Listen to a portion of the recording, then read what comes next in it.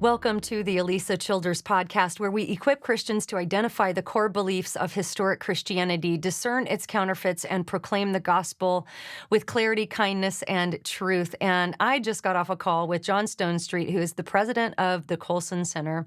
And we talked about so many culturally relevant topics that are happening right now. And what I loved about this conversation is we really talked about that there are undercurrents that are kind of moving through culture that cause waves, and waves are more like the symptoms of the undercurrents. And so we talked about, maybe you've seen in your newsfeed the recent video of the man with a beard and long braided hair and long feminine fingernails laying in a hospital bed receiving a newborn infant onto his chest. And of course, I shared with John how I was a little outraged by this. I think I typically try to resist, the internet outrage culture, but I was outraged by that. And there were a lot of reasons for that. We talked about the undercurrents that are underneath things like that. We talked about Title IX. If you're not aware of what's going on with the rules and interpretations of Title IX right now as they relate to women's sports, as they relate to what's happening in public schools and what's being required of teachers as far as recognizing in certain states, recognizing and being forced to use pronouns, names, whatever a student might require. This is now required in the state of Colorado and other places. We talked about that. We talked about the college protests that we've been seeing on campuses, the Free Palestine sort of activism that we've been seeing and the undercurrent underneath that one. So this was a very valuable episode, I think, for what's happening right now in culture. And so I really am excited to bring this to you. I do want to say, though, before I get to my conversation with John, if you haven't picked up our book, The Deconstruction of Christianity, yet, that I co-wrote with my friend Tim Barnett, I want to encourage you to pick this up. I have been so encouraged night after night, day after day, when I go and speak at different conferences, meeting people who this book has really helped because they have adult children who have deconstructed. They have told them they're toxic. They've told them that being raised in the Christian worldview was oppressive and abusive to them. And these parents, they don't understand what's happening. They're so thankful for the book that is really written for them. This isn't a book that you're going to give to the person in deconstruction. We wrote this for their parents and their pastors and their loved ones and their spouses. So I just want to encourage you. It's been doing very well. We're very thankful for that it's been a help to the body of Christ and help to the church. So, I want to encourage you to pick it up for your pastor. And maybe if you are a pastor, this would be a great book to have your staff go through. We also do have a 6-week curriculum based on the book where Tim and I recorded videos. They're beautifully shot, and you have a participant guide as well. So just wanted to make you aware of that stuff. And without any further ado, here's John Stonestreet. Well, John, great to have you on the show. I think for the first time, which is crazy. How have you not been on this show before? I'm so deeply offended. I've I watched know. this. I mean, listen, you have such a great podcast and such a great audience, and you're talking about such important things. I have felt hurt. I've got to be honest. Gosh, I have I felt gypped. I have I need to felt do left the work out. and do better. No, I'm really thrilled to have you on because I love your podcast as well, the Breakpoint podcast. I'm not on Twitter, so I miss a lot of kind of the current cultural stuff that's happening because as we were kind of talking before we went on the air, a lot of times I'll record 5 or 6 episodes in the same week and then release them over 2 months, and it's kind of evergreen stuff as it would relate to what's happening in deconstruction, whatever fresh heresy is on the table for the day and things like that. But I don't do a lot of just immediate cultural commentary stuff. And that's where your podcast is very helpful to me because it informs me about what's going on. And then it sort of helps encourage me to think about things that I might not naturally be my kind of pool I wade in all the time. But I want to talk about a lot of these things because I see things come down my Instagram feed and in other ways that I'm thinking, man, the culture really seems to be in chaos. So we're going to talk about some of that today, but we're going to be together in July on the 25th in Bay Harbor for an event. Talk about that event because we'd really love for people to come out for that and know about that. One of the themes that the Colson Center's had all year is courage. And that's because I think the challenges of the cultural moment are not just requiring of Christians to be clear and to think, from a Christian worldview, as important as that is, but we're actually being forced to choose. We're being forced to act. We're being forced to make these decisions. Right. Sometimes they're really small, sometimes they seem small, like, Jack Phillips, Masterpiece Cake Shop. A gay couple comes in, Right. says, bake a cake. And He just basically says, "Hey, I'll serve you, but I can't do that." It seems like a small decision, consistent with everything else he's done, doesn't do Halloween cakes and whatever else. But man, that is a decision for him that's had a 13-year string of consequences and Right. collision with the state. And these are just new moments, for us. And so I was very excited that you and Ryan Bomberger agreed to join us. This is an event we do annually up in Bay Harbor, Michigan. It's also available for live stream. So if people aren't in that part of the world, although that is the most beautiful part of the world for about 3 months every year. In February, it's terrible, but in August and July, northern Michigan on the water is really fantastic. Well, thank you for Bay Harbor. choosing that time of year for the event. I Yeah, appreciate that exactly. personally. Well, there's some things that are more clearly God's will than others, and, in February, invitations to Northern Michigan in February are a little bit tougher. But, no, listen, it's a beautiful part of the world, a great crowd up there. We've done these forums, the Great Lakes Worldview Symposium now, gosh, I think it's 5 or 6 years, and have had a great lineup. We've wanted to have, you up there, for several years now, and it's just a perfect topic, which is, how do we kind of stand for truth inside the church? And then Ryan, of course, does so much on the pro-life issues and so many of those outward-facing issues. So we're kind of looking inward as Christians and outward as Christians, and what does it mean to not only be clear, but then also make those hard decisions that we have to make. So if folks are in the area, come join us live. If you're not in the area, sign up for the live stream. It's going to be a great event. Awesome. And how can they register for that? Well, the easiest way is just to go online, Great Lakes Symposium, greatlakesymposium.org, and there'll be a place where you can register. And it's absolutely free. It's underwritten by some ministry supporters that we have, and we'll have about probably 600 or so people live there at the Bay Harbor Conference Center, and in the years past, 5 to 10,000 people joining on the live stream. So it'll be a lot of fun Very cool. to talk about these things. Very cool. Well, let's talk about some of these current events that I've seen come down my newsfeed. I've seen people comment on some of this stuff. And I really want to help our audience to understand what's happening in our culture. And even as that would relate to our political decisions, even our decisions on a daily basis about where to send our kids to school, and all the stuff that's happening in culture affects us on all of these deep levels. But maybe a good place to start would be to talk about what culture even is. You're always talking about, oh, culture this and culture this. We want to be countercultural as Christians. But what does culture even mean? What does that word mean? And especially as that relates to us as Christians. Yeah, I mean, I think culture is probably one of those words that's used the most, but defined the least. And so we just kind of use the word as if we know what it means. For Christians, I think a lot of times culture is just this kind of word for all the things we don't like, out in the world. Right. And we talk about the culture. And that's not strictly accurate, especially in the Western world, because you have so many subcultures along with culture. So if you say Western culture, are you talking about European or American? Are you talking about religious or non-religious? Are you talking about New York or Kansas? Because none of these really are the same kind of culture. So the best way to understand culture is that culture is just whatever is normal for a group of people. And so there are Western culture norms, and there are Kansas norms, and there are Christian norms. If you've ever been to a summer camp, there's a group of people that get together for a week or 2 weeks, and there are norms. And that is because humans are unique. Made in the image of God, we were culture making, made to be culture making creatures. So it's not strictly accurate to just put all the bad stuff in the cultural bucket. Culture can either be life giving or life stealing.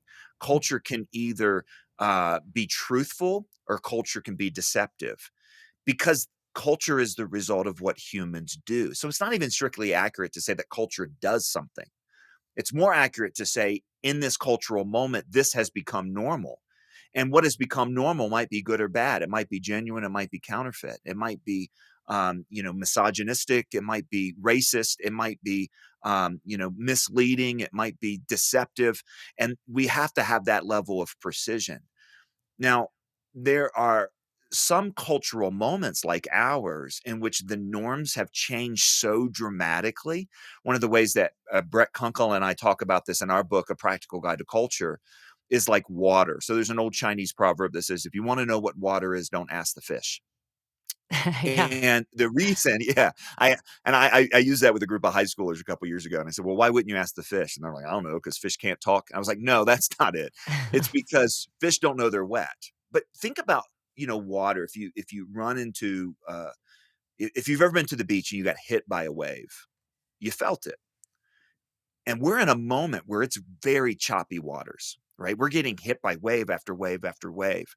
So to mix my metaphors here, it can feel like we're just playing cultural whack-a-mole, just Mm, smacking things on the head, especially as parents. You know, we have a college freshman in our home and a first grader. wow. And yeah. There's all kinds of stories behind that, but there's a difference in the cultural waters when Abigail was 6 and now that Hunter actually just turned 7, there's a difference in the cultural waters. We live in a really choppy moment, but you've probably had that experience too where your kid, you went to the beach, kid ran into the water, you find them, you look down for a second to set up your towel or something like that, you look up and they're gone Mm, and you have this moment of just kind of panic. And then you realize, oh, they're just 10 feet down that way or 20 yards down that way. And they didn't swim there. They didn't get, hit by a wave. They were swept there by an undercurrent. And just like in the ocean, there are waves and undercurrents. Right now, we've got really choppy waves. We're getting hit from all kinds of different directions. But there have been some significant undercurrents that have changed dramatically. You talk about one of them, this kind of skepticism that is at the heart of deconstruction. And it's not just a skepticism of Christian truth.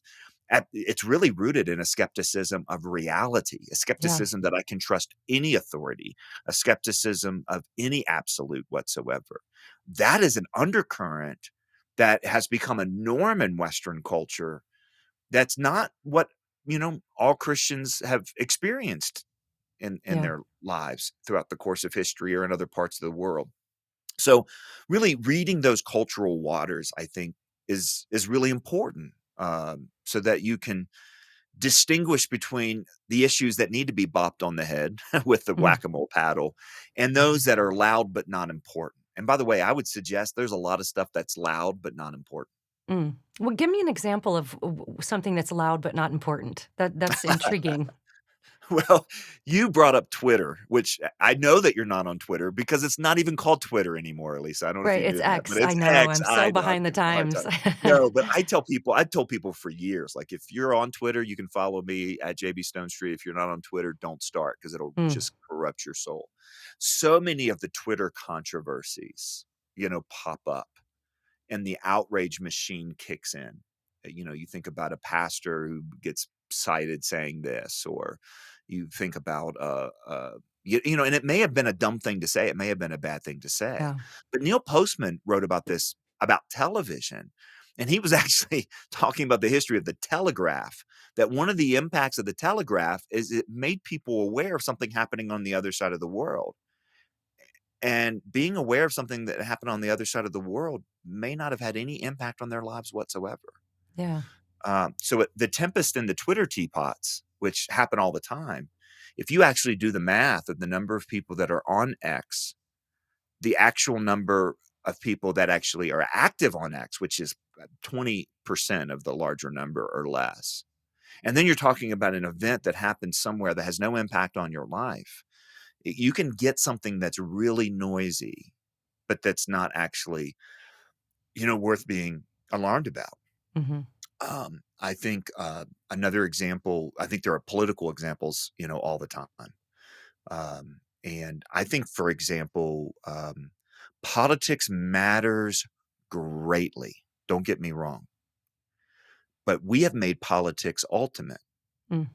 And the fact that I mean, this is American culture. Politics sucks all the air out of the room. This is even different than when you and I were growing up, right? Where we talked so much more about entertainment, and entertainment and politics didn't always mix. Bill Mm. Clinton was the first one to go on Letterman. You remember I that? And then remember that with and the saxophone, yeah. yeah, and then that started this whole thing of mixing pop culture and political culture, when now all political culture is pop culture and all pop culture is political culture. Mm, And that says actually less about the specific political issues, and it says more about the health of American society. mm. When there's when politics is so much of our lives, you know what that means? That means church is less. That means family is less. That means local community is less. And that's the real issue as Yeah. opposed to the political tornado that pops up, every other day, it seems.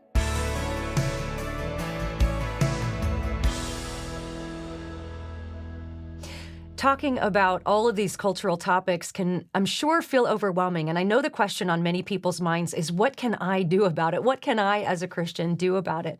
Well, there's lots we can do about it. We can be bold and courageous in our spheres of influence. But another thing we can do is vote with our dollars. And this is why I love 7 Weeks Coffee. Not only is it absolutely amazing coffee, it is shade grown, pesticide free, mold free, low acid, the absolute highest quality coffee beans that you can get. And I can say that confidently because I'm a bit of a coffee snob. And 7 Weeks, just on the taste of it, is my favorite coffee. I get my espresso beans through 7 Weeks absolutely every month because I'm a member of the Heartbeat Club. The Heartbeat Club is a monthly subscription service, but also you can buy just a pound or two as a gift. Makes a great host gift if you're invited over to someone's house, and it can start a conversation about the pro-life cause because that is what 7 Weeks Coffee is all about. One thing you can do to influence your culture is to support companies that have Christian worldview ethics and support pro-life resource pregnancy centers, which is exactly what 7 Weeks Coffee does. In fact, to date, they've raised and donated over $380,000. And that is through their support and partnership with over 850 pro-life organizations across the country. So if you love coffee and you love the pro-life cause and you want to do something to influence your culture, give 7 Weeks Coffee a try. You can go to 7weekscoffee.com and use my code Alisa for a 10% discount. Again, that's 7weekscoffee.com. Use my code Alisa.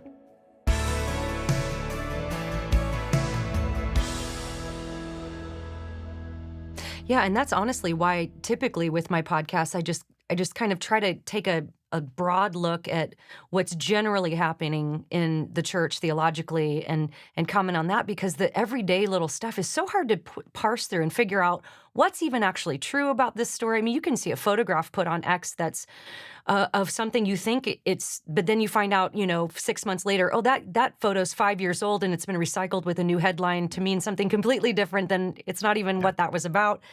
And so it can be really hard to navigate. It can be very frustrating. And I sense probably my audience feels that frustration as they're trying to wade through all these things. But there's a couple of really important things I'd love to just be educated on today. And the first of which is Title IX and the new Mhm. developments with that. I think that's something that we really need to be aware of, and we need to. This isn't just one of those kind of fake photos that's floating by. This is an important thing that Christians need to be aware of. So maybe start with Title IX. Talk about the like what it is and the new developments that are happening, and then maybe we can go from there.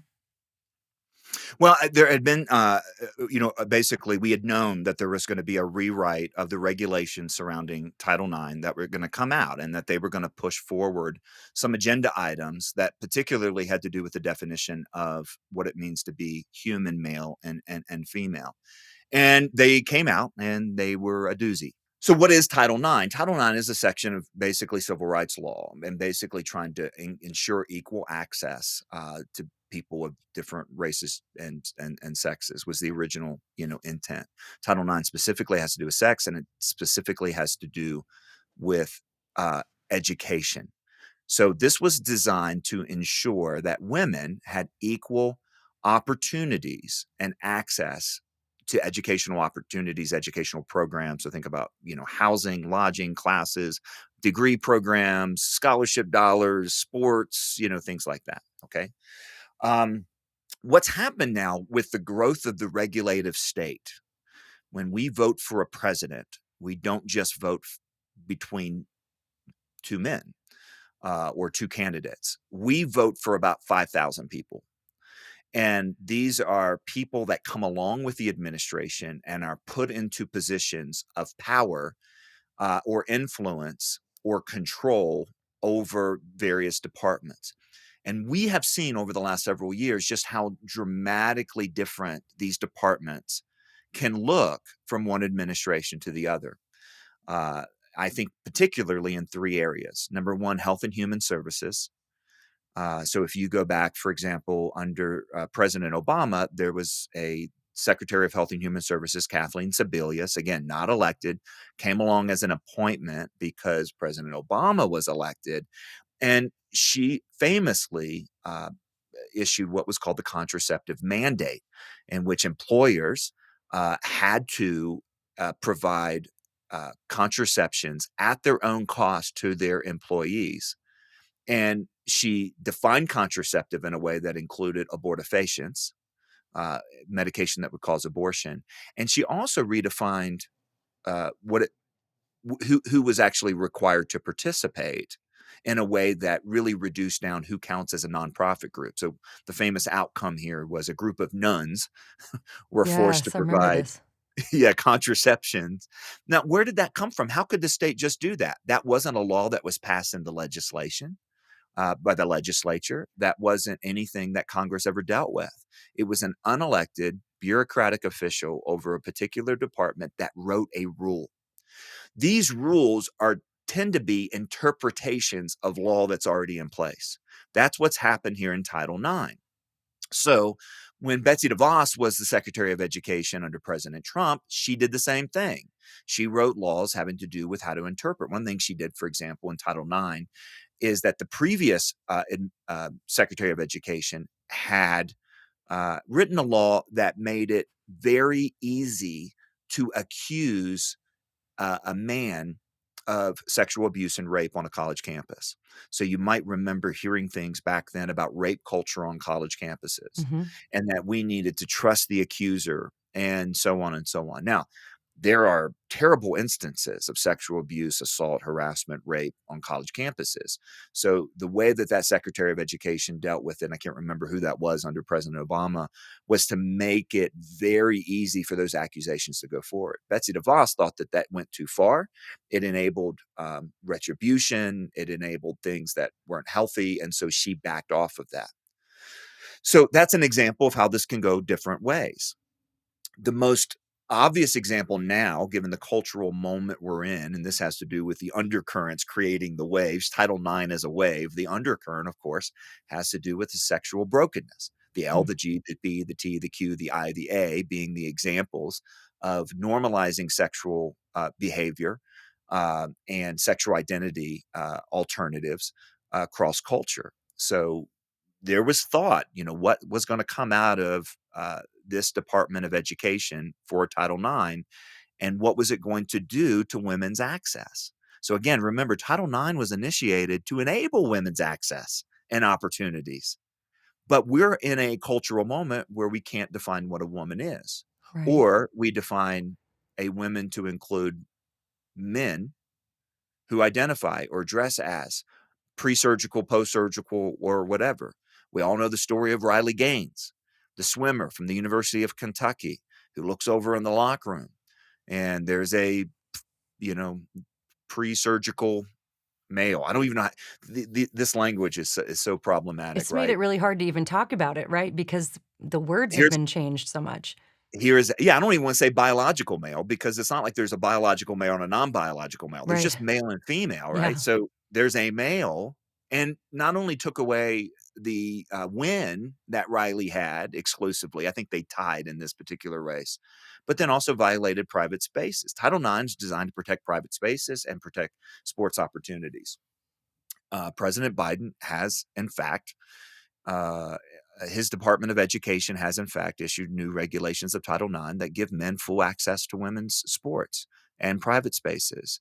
And to not do so, then, because it's put into this category of legislation that has to do with discrimination and civil rights and equal opportunity, means that if a man is not allowed into a woman's spaces or opportunities or scholarships or whatever, then essentially what you end up having is discrimination in the same way uh, that we were trying to correct. Think about back in the civil rights era, if a black family were driving across the South to go visit loved ones or just to go on vacation, they may have reached parts of the country where they couldn't find a hotel or they couldn't find a restaurant or they couldn't get gas for their car. In other words, these were things that limited their participation in public life. So now we're putting this on the same level as that. Mm. I'll give you another example of how this is playing out on the state level. I live in Colorado, and Colorado just passed and signed a law which said that teachers had to refer to students by any chosen name they give. This is not even about pronouns anymore.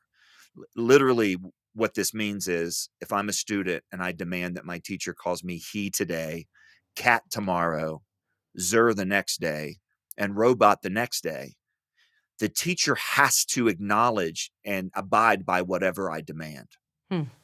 as a student. And if they don't, this is the other part of it, because this is the same force of the Title IX regulation on a federal level as this is having on a state level. To not do so is discrimination. Hmm. Now, that word discrimination has a very specific history, has a very specific meaning. Literally, what the state of Colorado is saying is if a teacher refuse to a student as a cat, like the student demands, that is the same thing as using a racial slur against Wow. a student of ethnic minority. Do you so Yeah. you see here that these are issues, but they smuggle in these definitions and ideas that are just wow. What we're smuggling in the Title IX rewrite is that there's really nothing to a woman Yeah. other than a label.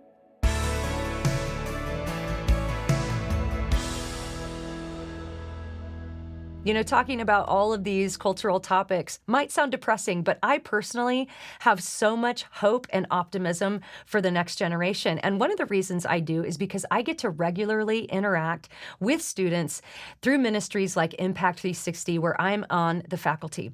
And today's show is sponsored by Impact 360 Institute, where the next generation is inspired and equipped to know Jesus more deeply, be transformed in their character, and live with spirit-empowered influence.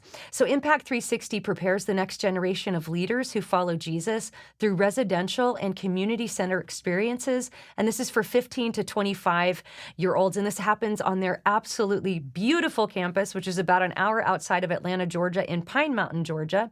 And so they do this through 1 and 2 week summer camps for high school students. And then they have a fellows program, which is a 9-month gap year program for 18 to 20-year-olds who want to live their faith out boldly. And it really prepares them for life. I love getting to go to Impact 360 every year and spend 3 days with their fellows talking about things like deconstruction, preparing them to encounter the progressive Christianity that they are likely going to encounter when they leave the safety of Impact 360 and the homes that they grew up in. But Impact 360 also has a 2-year graduate level residency for recent college graduates who earn their master's in leadership while working at Impact 360 Institute for 2 years.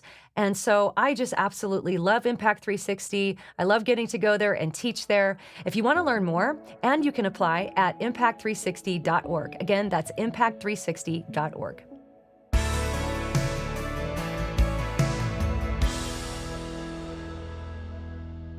Man, I'll tell you, I mean, my mind just goes in so many different places because the obviously horrific moral implications aside, even just practically on a logical level, if you think about a teacher who might have, 5, 6, even 7 periods every day, and then, 30, 40, however many, I'm just going based on my high school, 30, 40 kids, probably more than that in public schools per class. And that teacher is supposed to know and remember, and even on a daily change the names, pronouns. I mean, I'm waiting for the gutsy kid who decides that their pronoun for the day is about 5 hours long and just reads it for the whole day and gives everybody a day off of school. I mean, this can be taken to such ridiculous extremes. I mean, are teachers just going to start quitting? I mean, I don't even know how you could even Yes. manage that. Yeah, that's clearly an outcome of it, and that's already happened in other states where similar legislation, maybe not to this extreme, has already taken place, where you have to, for example, in Loudoun County, Virginia, the districts sent out textbooks or sorry, books that were all LGBTQ affirming books that had to be put in every classroom, kindergarten, all the way through, Mm. and they had to be displayed a particular way and that sort of thing. And, that basically created a decision. Now, it was unenforceable because, right, what's the district going to do? Go and visit every school? No. You either have a principal that's going to enforce that or a principal that's not going to enforce that. And you know that as a teacher. So you conveniently lose the books over here. But if your principal is going to create a matter of conscience, you've got to make a decision. And you might remember a guy named Tanner Cross. Tanner was a elementary PE teacher and an assistant football coach, I think, if I remember right, in a Loudoun County school. He was in a school where he had to do something about it. He showed up at the school board and said, "I'm not going to do this. I can't do this. You're violating my rights as as a citizen, as a member of as a citizen of the United States of America." And so, it is forcing these choices on people. But I'll tell you something else it's doing. And this is when we start getting underneath the surface of these crashing waves. Part of this legislation, and almost always this legislation takes this form, um, is that teachers either are not allowed to or are instructed not to inform parents. Yeah, right. So there has been a, a civilization long conversation, goes back to Aristotle, and do children belong fundamentally to the state or do they belong to parents? No. And, what are and then there's the other conversation, or what are kids? Are kids, uh, valuable image bearers to be educated, or are they, born, innocent and are corrupted by the state? That was Rousseau's belief, right? Jean-Jacques Rousseau famously said that man is born free and everywhere is in chains. So in other words, the best part of us is who we're born innocent. Well, man, that completely impacts what you think about the role of parents. Mhm. And, uh, whether the goal of education is to lead a kid out of ignorance because they are ignorant and they need to be taught. I don't mean bad ignorant. I mean, we're all ignorant about stuff, and that's why we should Sure. all be learners. Or is the goal of education to look inside, look inside, look inside? That's the Carl Trueman analysis of self-expression and expressive individualism. Think about expressive individualism then applied to education. The teacher's job literally is not to teach them anything. Yeah. The Yeah. teacher's job is to lead them inside themselves. Yeah, well, this is what And was highlighted in Abigail Schreier's latest book, I'm sure you've probably read oh, by on now, called therapy. Bad Therapy, yeah. Is that Well, like, teachers are trained to view kids through the lens of the trauma their parents have inflicted on them, and that really is more of the point than even teaching them math. that's right. Absolutely, and that's why you see, some of these, conversations happening in classes, and you're like, "What's really the point?" But I think this philosophy of education has been on full display, in the Israel-Hamas protests on university campuses, and I don't know if you wanna get Yes. into that as well, Yeah, but let's see, do all it. of these things are connected. Again, undercurrent is in our definition of education, which is based on our definition of what it means to be human. And this is why when we talk about the issue of truth with a capital T, humans are either made in the image of God and fallen into sin, or humans are not. And so many things follow from which assumption you embrace about what it means to be human. And that's really what's at stake in Title IX. What's at stake on these university campuses. You know, I don't know if I want to telegraph this too much, but I was uh, at a university several months ago that has an incredible reputation for being way too political and being way too political uh, on the right. I Now, was I just think gonna it's say always I was just gonna say, when you said their reputation is being way too political, well, that means they're conservative, because that's exactly nobody right. critiques the liberal politics, nobody critiques that. I knew the second you No said it, one. well, it's because they're conservative, yeah. So glad you picked up on that, and that's what you've gotta, be able to realize, and it was so interesting to hear the president speak because he acknowledged it. He said, "Hey, we've got a reputation for being too political, as if we're all MAGA and all that sort of stuff," and he goes, "Your students will find out that that's not true if they attend here. We won't even talk about politics," Mm, and he said, "The reason we won't talk about politics is because your students are too young. They don't know enough yet. They can't speak about politics intelligently." mm. Now, can you imagine saying that same thing at Columbia University right now to that protesters? You guys are ignorant. You don't know enough to know what you're talking about. Now, it's observably true that they don't know enough about what they're talking about because they're chanting slogans like "from the river to the sea." And then you say, "Well, what river and what sea?" And they don't know, right?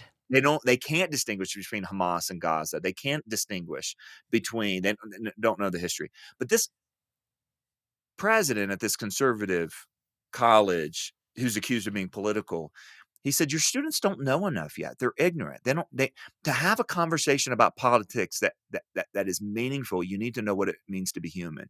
You need to know the definition of the soul. You need to wrestle with the great thinkers throughout Western culture, those who have been right and those who have been wrong, and be able to make moral distinctions between their positions." And they're not able to do that yet. Now Yeah. think about the difference between that philosophy and the philosophy of basically what happens on university campuses oftentimes is rearing students to be activists. The Yeah. goal is not wisdom, the goal is to be an activist. And of course, that comes along with the pet causes up front. So what we're seeing on university campuses, I think, is basically, I don't want to say the chickens come home to roost in a trivial way, because these are really serious issues. But at the same time, they created these monsters Mm. with this philosophy of education.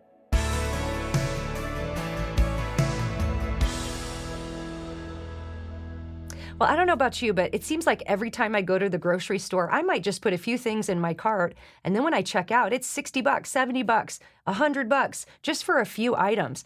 And that's because inflation is just pretty crazy right now. Have you noticed that the grocery prices are going up, but the quality seems to be going down? This is certainly true of the meat that we're buying in the grocery store. In fact, a lot of people aren't aware that the vast majority of the meat that you're buying in the grocery store is being imported from overseas. And this is coming from countries that might not have the highest quality standards, that might not have transparency about their practices. This is why I love Good Ranchers. Good Ranchers is 100% American meat, and they're very proud of that. And this month, they really want you to know how much they love America. Good Ranchers exists to support our nation's heroes. That's our farmers, ranchers, and especially our veterans. They fight for our freedom and they work to put food on our plates. And so Good Ranchers is proudly 100% American through and through. And they want you to have peace of mind by knowing that they are transparent in their policies, but they also want you to know the heart of the mission behind Good Ranchers. And so this month, if you subscribe to Good Ranchers, you're going to get 8 free American Wagyu burgers in each box for the whole year. So every box you get for the next year, that's a $400 value. You're going to get 8 free American Wagyu burgers plus a free bacon butter as a gift. And this makes a great topping for your burger and also free shipping. This is a great month to subscribe to Good Ranchers. So go to goodranchers.com and take advantage of their summer burger special. You can use my code Alisa to get that free burgers for a year, plus that bacon butter, free shipping, and you're going to get a $400 value. So go to goodranchers.com, use my code Alisa. Again, that's goodranchers.com, use my code Alisa.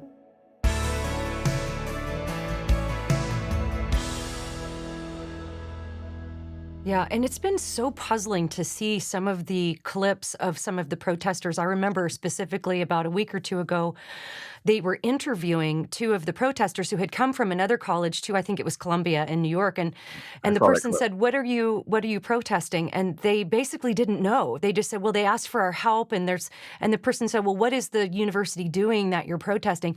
"Well, I'm not sure. Do you know?" And like they didn't even know why they were there. I mean, this is so puzzling to me, and especially, goodness gracious, when you think about the whole like Queers for Palestine or whatever that slogan is that's been going Yeah. around.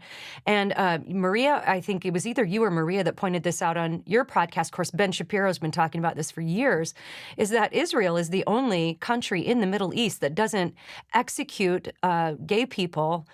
And like that's punishable by death. So Mhm. I don't know where this is all coming from. And it's like you said, it's more like a push to just become an activist rather than actually think through the positions. It's so puzzling to me.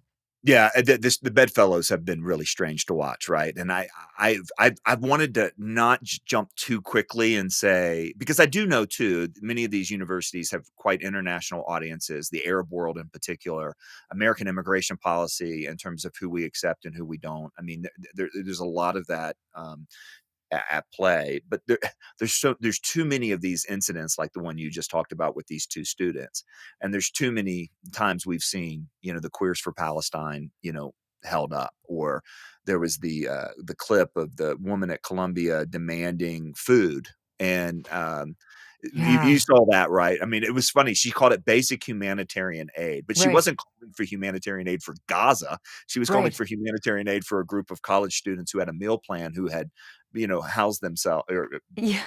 cl I mean, it's har I don't mean to laugh at it, but it's so insane and it's ridiculous. laughable. You It is almost have to laughable. just laugh at it. Like, So, how did this let me give you happen? an undercurrent. Yeah, yeah, that's right. Well, let me give you one of the undercurrents that has created so many of these waves, and once you start seeing it, I think it'll pop up everywhere. I call it the critical theory mood. Yeah. I remember when I first started teaching worldview, we started talking about postmodernism, and the response from people on the Christian left, and this is, before the days of the deconstruction evangelical movement that you've written about, but there was still this kind of the emergent church. You remember the Brian Mhm. McLarens and so on, and they were like, "Well, no, postmodernism is an academic analysis." See if this sounds familiar, by the way. You're not really a postmodernist because you haven't read the the books. People said the same thing about critical race theory, right? Oh, You don't yeah, I remember. understand critical race theory, it's an academic theory, and the answer is, that's probably right. Few people read Jacques Derrida because who Right, could anyway, you couldn't right. understand it if you read it, and very few people have read the source material for critical theory. But worldviews aren't just academic theories, they're moods. And there was a Yeah. postmodern mood. And I remember, saying, yeah, most people haven't read, Derrida, Foucault, or Lyotard, but you know what? We have Britney Spears and Kurt Cobain and the Matrix movies, right? And you have the shift in entertainment from the Cosby Show to Friends and Seinfeld. I mean, there's all kinds of ways to see how we took on this postmodern, relativistic, you be you, live however you want sort of mood that became prevalent in the 90s. Fast forward to today, and one of postmodernism's children is critical theory. It was an Yeah. academic theory that really elevated the Marxist framework. And of course, the Marxist framework was originally economic, where you have the privileged and the underclass economically speaking, and basically that economic privilege brings power, and power that's the Marxist root of postmodernism. We have now taken that oppressed oppressor, privileged oppressed categories and applied it across the board to all kinds of human characteristics in life. Mhm. So we've predetermined who are the good guys and who are the bad guys, and we kind of think about it this way. And you have to ally. If you're not a member of the oppressed class, the most important thing you can do is ally yourself with the oppressed class. So where these strange bedfellows on these college campus protests are coming from is that we've already determined that the West is bad and the non-Western is good. Israel is basically adjacent and basically Western, all the areas around them, which is so funny because if you look geographically at who's the oppressed and who's the oppressor, you've got basically Israel, and they're surrounded by people who want them eliminated from the Yes. planet, Yeah. right? Yeah. I But mean, and they're just the I just oppressor. wanna pop in and say for anybody who's question is you're not sure about that, just read the Hamas charter. You can access That's right. that online. Read Article 7, and you will discover what the end goal of Hamas is. It's not a two-state solution. They will never do a two-state solution. It's to eliminate and eradicate the Jewish people. They say it very clearly in their charter, which is Right. why it's just so puzzling to me, John, that people can see things the way they're seeing it just but it's because of this oppressed versus oppressor It narrative. is. But it's in the water. That's what I mean. I mean, it's like, I don't think people could defend it. But listen, if that's your framework, if that's what you've put into the cultural water, then that's how people are seeing everyone. What's particularly hopeless about this, Elisa, this framework, is that there's no forgiveness. That's right. Once you're in an oppressed category, there's no way to get out of it because these are based not on behavior, they're not based on character, they're not based on moral decisions that you're making in relationship with your fellow human being. They're based on things you didn't choose, you know? Like Yeah. I'm a white upper class, male that's heterosexual, and married. That Yeah. that and a citizen. Like all of that puts me in an oppressor category top to bottom. So what I have to do then is ally myself or I am morally and that only pays for kind of part of my sins. Now, Yeah. what we've seen is it's impossible to remain consistent. So we've had some of the good guys yesterday become bad guys today, like Barry Weiss, for example, or females that were feminists that were championing women's rights that are turning around going, you know what I don't want is when I walk into Villa Sport in Colorado Springs, true story by the way, health club Mhm. down the street. I don't want to turn around and see male genitalia. Right. And I don't think that's too much to ask. Seems Well, now reasonable. you're an oppressor. That now you Yeah. seems reasonable enough, yeah. Seems But now reasonable. you're the oppressor. And, I just think this is so much in the water. And I'll tell you the story that where I first realized, "Oh, now we're talking about a cultural norm. We're not talking about an academic theory." I was, talking to a woman, who's a professional colleague, with a gathering that I'm a part of. She had a friend who teaches in, Boston, the Boston area. And she asked this friend, she teaches junior high, 6th grade, I think, "How many of the 6th graders in your class identify as LGBTQ?" It's interesting when I still ask I just asked a Texas church audience this last week. What do you think she responded with? And they'll say 20%, 50%, 30%. This woman responded to her friend with that look of incredulity, like, "You don't know this?" And she said, "Oh, all of them do." Mhm. She's like, "What do you mean all of them do? Are they having sex?" No, they're 6th graders. Yeah. So they're not sexually active, but they're every single one of them is identifying as something. Why is that? And the answer was simple, because no one wants to be cis and straight anymore. Now, Yeah. cis, of course, is the word that doesn't need to exist. It refers to people who continue to identify with the sex that they were born with.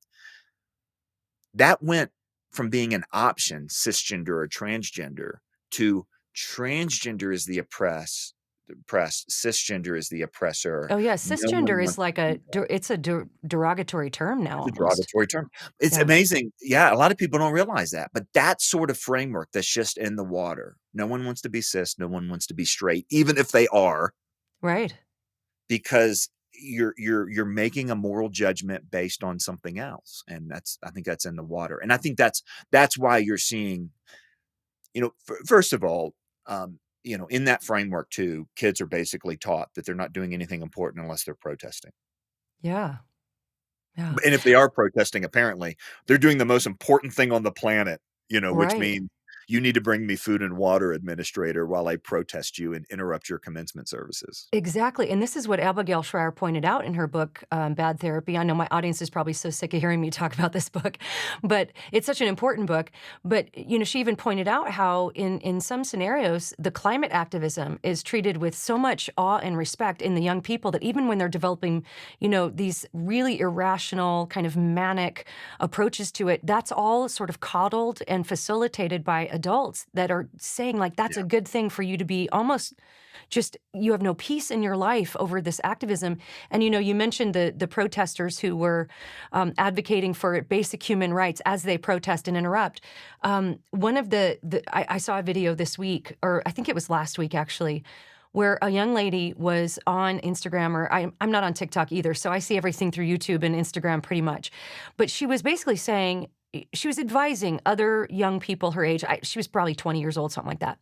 And she was saying, if you, like me, have narcissistic parents, and she said, and what I mean by narcissistic parents is that I had parents that showed up at just about every event I was involved in. So she's talking about her sports games, performances at school. Her parents came to all that stuff. And because they came to all that stuff, she labeled them as narcissistic. And so what she was advising other people is how to deal with parents that come to all of your events and are so narcissistic that that's all they can. And, it's interesting. I just immediately go to all the comments just to see what the average Joe is saying about it. And of course, everybody was like, just obviously pointing out, you're probably recording this from their backyard and, this is ridiculous. You had amazing parents and you're complaining about that. So I think, people generally saw it, and it really honestly took me a minute to figure out if it was satire, but I think it was actually real. I think she was legitimately saying this. Yeah. But what you're describing, these undercurrents and these videos like that are kind of the way, the wave crashing in a certain area. Another one that I saw last week, and I'm sure by now everybody's seen it going around. And for me, this one was particularly difficult to see. And I'm going to reveal a little bit of my secret hippiness here, but I really love childbirth and natural childbirth. And I approached both of my births that way. And one of the things that I really loved and was so special to me after both of my children were born was that they put the baby right on your bare skin just after the baby's born. And this is a time of bonding. Of course, with my daughter, my first, that was only lasted a few seconds because she had some difficulties. They had to take her away and work on her. But that was such a special moment for each one of my children. And of course, there was this viral video that went out last week about this man with a beard and long braids and long nails laying in a hospital bed with a brand new infant being laid on his chest. And I Yeah. think people were rightly outraged about that, not because, I mean, obviously in the natural childbirth world, part of that is then, the baby goes to the father for some bare skin contact. That's fine too. But this is different. This is like, they said the post was nothing sweeter than a mother and her newborn baby. And you're going, okay, I am terrified for this child, just for what this child is going to go through in their life with a total suspension of reality from the so-called parent. I was right. I think rightly outraged by it. You are rightly outraged by it, and too few people aren't outraged by it because they've embraced one of the fundamental ideas of the sexual revolution, and it's we talk about this a lot, ideas have consequences, and I'll add bad ideas have victims. The Yeah. ideas of the sexual revolution have created a disproportionate victim of women and children, and that image right there, I remember when the Secretary of Transportation, Pete Buttigieg, and his so-called husband at the time posted a similar view. It wasn't the bare skin, but the two of them adopting a child, and they were both reclining in a hospital bed, and it looked like the picture that you would Yeah. have with a mother who had just given birth and the dad standing beside. Of course, neither of them had been there. So what's at work there? Number one is the same thing that's at work in the Title IX regulation in the rewrite, which is the erasure of women. Mm. And Wow. this is reflects something that's true about the world. Fallen man, and I mean man, not human, fallen man, the way that maleness expresses fallenness is by manipulating and controlling and ultimately abusing and using in a bad way women to their own fallen desires. Yeah. This will happen in a heterosexual way with fallen heterosexual men, and this will happen in a way not heterosexual. I don't, with men who identify as homosexual. They'll do it one way or the other, and that's why it's so ironic that the feminist movement promised to bring women equal opportunity and so on. But when the sexual revolution and the lie that men and women are interchangeable, there's no such thing as man and woman, which has various, iterations in history, that this has ended with images of newborn children as if the women weren't there. Yeah. And you're You know thinking the there's one a thing we woman know. somewhere in that hospital She's that there, that baby it. just came out of. Yeah, that's exactly right. Goodness. Now, the other thing that this does too is victimize the child, and there's so many, you know, aspects of this. Um, the rewriting of marriage, which really you can't redefine marriage. You have to, or you can't change marriage. You have to redefine it. You have to actually, fundamentally. It's kind of like saying, look, marriage has been good, so we're going to take all relationships and call them marriage, so that they'll be good too. It's like me saying, hey. The Rockefellers are rich. I'm going to legally change my name to Rockefeller so I can be rich too. This is what's happened with marriage. Marriage is an institution that's baked into reality, but now the redefining of marriage has required the redefining of parenthood as well. So Yeah. now we actually use this word parent in a way that's not appropriate. Parent should that it should be a word that applies to a set. But when you look at the data, when you look at biology, when you look at even the relationship, you know this with your children. I know this with my children. Sarah and I do things differently. We are different, and it's not even the characteristics. If I were more like artsy and Sarah were more athletic and hunted, it still wouldn't change that as a man, I can't mom, and as Yeah. a woman, she can't dad. My friend Ryan Anderson puts it this way: there's no such thing as parents. There's moms and dads. Yeah. There's no such thing as parenting. There's mommying and daddying, Mhm. and mommies can't daddy, and daddies can't mommy. This is just Yeah. this isn't hard for a society that recognizes reality. But that tells us something about culture, and that's where I actually wanted to get to here. Culture is not reality. Culture is what we do with reality. Mm. And this is the power of being made in the image and likeness of God that God gave humans at creation. God created a world out of nothing. Humans create worlds out of the world. So we can't do it out of nothing, but our words create, our ideas, our imaginations, the work of our hands create. That's how we're God-like. Right? We don't have infinite power. We don't have ultimate power, but we have very real power to create culture. And the structure of creation, God looked at it and he said it's good. And when it comes to things like male and female, when it comes to things like the institution of marriage, these were pre-fall realities. So they were baked into creation. We talk about these things, both male and female, and marriage as if they were speed limits, as if they were social constructs, as if these were just concepts we came up with to help us live together. And now that the situation has changed, we can change those things as well. What we're seeing, though, is that we just keep bumping up against reality Mm. itself. You can deny male and female, uh, but it's like denying gravity. It's not like denying a speed limit.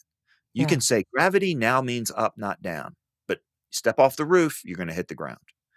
And this is the opportunity. It's a tragic opportunity. It's a difficult opportunity, but it's similar to the opportunities that Christians have found themselves in throughout history, which Yeah. is um, no matter how much culture is made in such a way to take people away from the reality of truth and the reality of God and the reality of who they still live in God's world.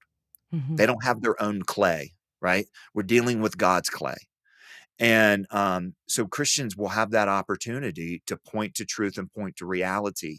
And that's why it's also an act of love, Yeah. right? It's good. Because if somebody's in a burning house, the most loving thing you can do, whether they deny it or not, is tell them they're in a burning house. Yeah. And there is a gift that Christians can bring to the world, which at this point in this cultural moment is pointing to reality. We need Yeah. to do it the right way. We need to be, pick our battles, all that sort of stuff. But we need to be willing to do it because that's an act of love. It's so good. Gosh, we're about out of time. We covered so much ground, but I just wanted to put this in here too. I just remember it was probably 25 years ago that I read the book The Handmaid's Tale. Now, this was long before it was the cultural phenomenon of the TV show and all this. But I actually, now I wonder if I would feel the same way about it if I read it today. But I read it twice when it came out, or whenever that was, about 20, 25 years ago. And I loved the book. And I loved the book because in my mind, it was showing what happens with totalitarianism that I saw in the, more of the leftist ideology. In fact, in the book, even, I don't know how it is on the show, but in the book, it was the Baptists that were fighting against this extremist. They were kind of the last holdouts to fight against this extremist regime, right? Mhm. And in the book, I just remember thinking like, wow, if we don't get a handle on some good values in our culture, like we're going to end up at Handmaid's Tale. And what's so interesting is on social media, you see people on the left saying, oh yeah, I mean, the right is the one that wants to make this all Handmaid's Tale. And I'm thinking, you guys are the ones who are actually doing it. I mean, when you Yeah. see that video of wombs for rent, right? These women who probably are desperate financially and coerced. I'm not saying they're all coerced, but maybe some are coerced in one way or another. I don't know a ton about it. But, I mean, we're talking about womb for rent, and for these rich, affluent people to have a child, I don't know, it seems like we're there, but it's not the conservatives like everybody thinks it's the way around, right? Yeah, this is the topic you wanna address when we're almost out of time. I You're know. exactly right. Listen, we hear every time there is a Supreme Court decision or a local court decision, you will have women dressed like the Handmaid's Tale Right, characters show yeah. up, to support abortion so-called rights. Uh, that is a mirage. The actual treatment of women as breeders without dignity in and of themselves and with government attempts to control or powerful attempts to control, sometimes it's through business, and I'll talk about that in a second, is happening in 2 areas. Number 1 is totalitarian left-leaning governments. China is actually doing this. You and I are both old enough to remember the one-child policy in China, right? Yep. Controlling women's fertility because of fears of overpopulation, basically saying, that and also implementing policies of forced abortions. Reggie Littlejohn, Women's Rights Without Frontiers, has been working on this issue for a long time. Then they went to two-child policy. Then they went to a third-child policy. You know what they're doing now? Chinese communist officials are actually calling newlyweds and encouraging them to have children. You know Mm, why? Because this younger generation, they're still not having it. Now they're in an economic problem where there's not enough workers to support the retired folks. And this is why when you start controlling fertility, you start messing around. And I'm not even talking about right and wrong on a moral level. I'm just talking about pragmatic consequences of not being able to take care of loved ones. I'm talking about loneliness. I'm talking about all kinds of things that come along with the population dearth. Well, that's exactly what they were doing. You know what we will see in our lifetime still? This is my prediction. You will have forced conception in China, and wow. they will be doing it in order to reverse. I think there's rumors of this happening in certain populations and certain communities already, but I think you'll see it in that same sort of Handmaid's Tale sort of way, and it'll be a result of how they tried to control fertility on the front end, and Wow. it ended up Yeah. being such an economic failure. The other place we're seeing this is the artificial reproductive technology. Um, so what's happened is now, of course, this predates same-sex marriage.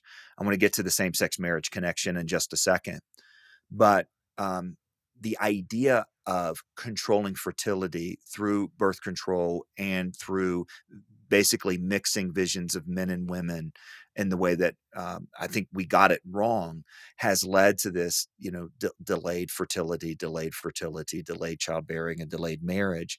And it's just created this sense that we can do whatever we want. I saw an article yesterday, actually, of, scientists. This is in the Atlantic. Scientists are actually finding ways to push women's menopause later and later and later in life so they Wow. can have children later and later and later and later. Now, think about what that does. This immediately basically says it's whatever adults want that matter, and what Mm, children want. What's best for children doesn't matter at all. You're basically robbing these kids of grandparents. You know, yeah. I'm Yeah. I even see it in my own life where I'm 48 now with a 6-year-old, and my elbow has been sore because I'm Yeah. throwing baseballs for 4 months. Yeah. I'm not the same baseball thrower as I was with my other kids, but, just that control again of Mm, fertility.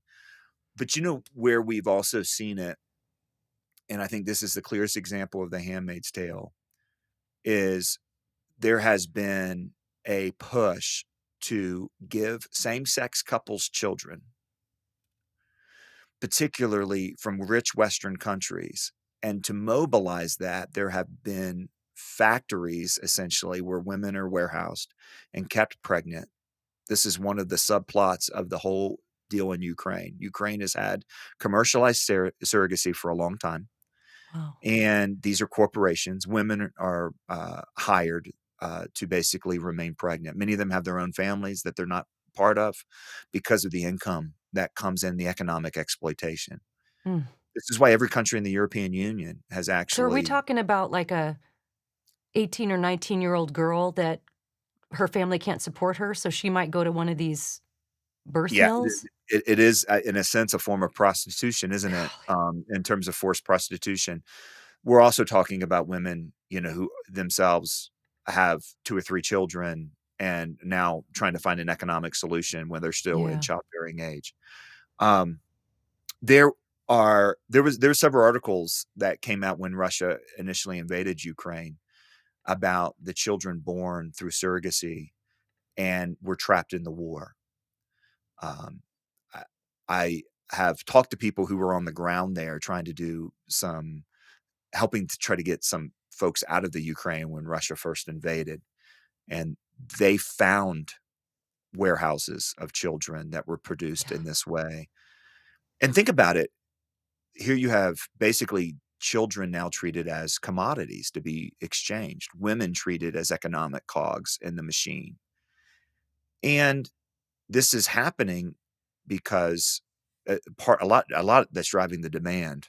And it's so evil, right, to talk about children Mhm. in terms of supply and demand up front. But driving the demand are adults who chose inherently sterile unions that now demand children as a way of validating their unions. Hmm. Man. And eh, uh, I think it's a real tragedy. By the way, most European countries, in fact, most members of the EU, have banned commercial surrogacy just because of the exploitation potential for women. In the United States, we're going the other way. The state Yeah. of Washington now has legalized commercial surrogacy. The state of New York has, and if we think that it's not going to create to some degree these kind of economic machines that have the same sort of power as the state power that we see in China or The Handmaid's Tale, it's upside down. And listen, it all comes down again to that undercurrent of if we don't know what it means to be human, we Yeah. don't know the source of human dignity and value. Yeah. We don't know about equal dignity that's inherent to all humans, not acquired because we can express ourselves or we can demand our autonomy or, some other idea of that. Yeah. That's you're right, actually, absolutely right about The Handmaid's Tale. And it's interesting too that Margaret Atwood, who wrote it, doesn't seem to realize I know. where she Yeah. sees it in real life in front of her very face. No, and that's the strange irony of the whole thing, as we watch these events unfold. Well, this has been incredibly enlightening. John, thank you so much for coming on. Tell us real quick where people can connect with you and the Colson Center. You've got a great fellows program. Tell us all the things. That's a lot of Mhm. things. Yep. No, Mhm. Breakpoint is the podcast, a daily commentary. It's an easy, digestible 5 minutes on one of these topics. I meet a lot of parents who say this is the conversation we have over the dinner table Yeah. because we can talk to our kids, we can have intelligent conversations, we can wrestle with the worldview underpinnings of them. And just go Breakpoint Podcast. If you obviously if people are here, they're podcast listeners, you can find that at Breakpoint Podcast. You can also sign up and get the email. We have a 30-minute program once a week that's a conversation with Maria Bear and I about some of the stories that have happened as well. And what we're always trying to do in those products is connect these contemporary cultural issues with the timeless truth of a Christian worldview. So we can really see these issues through that lens and not just panic, not just react, but Yeah. also be able to think clearly.